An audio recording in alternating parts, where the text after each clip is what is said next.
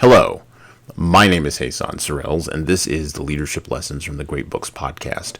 Shorts. There's no co-host on Shorts episodes. These are now 6 to 8 minute observations, ideas, thoughts, or rants about the literature, philosophy, psychology, and the theology of leadership. Because listening to me talk about leadership for now around 6 to 8 minutes is still better than reading and trying to understand yet another business book. There is an important truth that is becoming more and more relevant as our collective human experience unwinds in the space of the internet. What happens in the real world still matters more than whatever may be happening online. This change in collective human experience perverts and inverts the long-standing hierarchy of meaning, long established by leaders, communities, families, and societies, replacing the real order of the real world with a fake order in a pretend world. The pushback or critique against this idea of shifting relevancy is that technology, the technology of television, really began the process of reordering the hierarchy or replacing it during the course of the long, drawn-out 20th century. However, video games, social media, and the coming metaverse are different fundamentally from television. Television remained in your house, on the wall, on the floor, on a TV stand in a room, and if you wanted to, you could disconnect and walk away from it, decreasing its power, its ubiquitousness, and its dopaminergic influence on you. Your phone, however, is in your hand all the time, bringing dopaminergic pleasure on demand all the time to you via the drip feed of the internet. So what's the point of this point? Well, leaders of all stripes, from home and family to business and community, need to accept and acknowledge and understand that almost 2 generations of potential followers, cultural tastemakers, team members, and even voters now genuinely, deeply, and ecumenically believe with every fiber of their being the inverse of what I started with. That what happens in the online worlds they've built has more impact than whatever may be happening in the non-online real world. They have lived almost their whole lives straddling the line between a proto-matrix and the unsatisfying, disturbing, and painfully, from their experience, slow, real world. And collectively, these folks aren't really interested in escaping from the proto-matrix en masse, throwing off their shackles and stepping blinkingly out of Plato's cave to follow a white rabbit into the desert of the real. Instead, most of them are interested and driven to drive and promulgate the proto-matrix mores, motives, morality, and motivations outward into the real world, bringing the pretend light illuminating Plato's cave outward to the rest of the real. In case you don't believe me, just look at Twitter.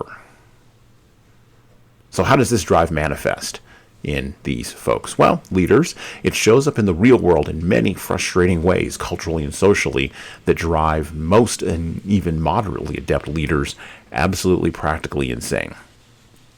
Disenchantment with the rate of change, agitating passive-aggressively and then losing interest, a low ability to communicate in a face-to-face interaction, shunning or limiting real human confrontation and messy interaction in favor of the comfort of social ostracization online, where, quote-unquote, everything worthwhile really happens.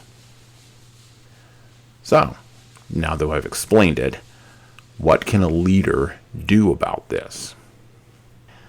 Well, first let's make an acknowledgement. Sure, parents and society and culture should have done a better job of keeping our children out of the proto-matrix.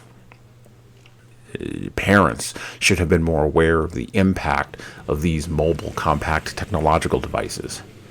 We all collectively should have realized the nature of the atomic bomb the technologists set off underneath all of our noses, gilded with promises of plenty, peace, and prosperity. But they the parents, and we collectively weren't aware when this bomb went off. So now, as leaders, we are tasked with the responsibility of doing the hard things in a long twilight struggle against the coming proto-matrix blind tide. So leaders, ride the lightning with your followers' inevitable impatience about the rate of change in comparison to the speed of a tweet. Leaders, over-explain yourself, your motives, and your mission. Over-accommodate for those tendencies that may seem weird but aren't off-mission, unethical, or fundamentally immoral.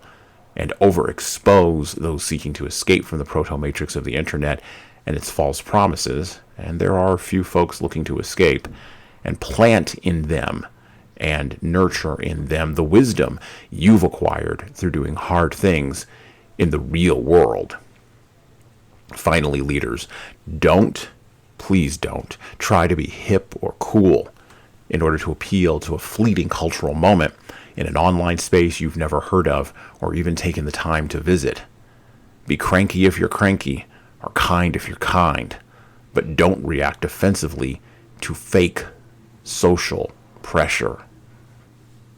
Leaders, if you start leading, advising, and mentoring using these 3 tips, you can stem the tide, raise up a new generation of truly awake leadership, and maybe, just maybe, leave the real world less of a desert, more of a garden, and a much, much better place. And, well, that's it for me. Listen and subscribe to the Leadership Lessons from the Great Books podcast on all the major podcast players that you listen to podcasts on, including iTunes, Stitcher, Google Podcasts, and even Spotify. And please leave a 5-star review if you like the show. We need those reviews to grow, and it's the easiest way to make sure that this show gets into the ears of the leaders who need to hear it. And of course, tell all your friends. If you want to get started on the leadership path, HSCT Publishing's products and services can help your team do that. Check out our training webinars, coaching services, and more at leadershiptoolbox.us. We also have a video-based subscription service, that's software as a service, that can help your team become better at the individual level. 60 modules and over 100 hours of video and written content for you at leadingkeys.com. That's leadingkeys.com. We've also got books that will help you and your team grow. Pick up a copy today of My Boss Doesn't Care, 100 Essays on Disrupting Your Workplace by Disrupting Your Boss, and subscribe to the Little Red podcast I launched earlier this year with the same name as that Little Red book. My most recent book is 12 Rules for Leaders, The Foundation of Intentional Leadership, co-written with contributions from Bradley Madigan. This is the book for right now that was written for leaders right now. Pick up a copy by heading over to 12rulesleadersbook.com/now. That's 12rulesleadersbook.com/now.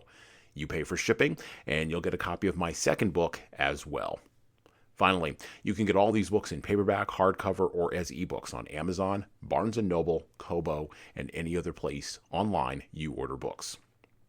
Finally, HSCT Publishing is on YouTube. Like and subscribe to the video version of the Leadership Lessons for the Great Books podcast on the HSCT Publishing channel on YouTube. Just search for HSCT Publishing and hit the subscribe button. You'll get our weekly video updates, which is the video version of this podcast. And, of course, you're going to want to subscribe to my other podcast. That's right, I do more than one.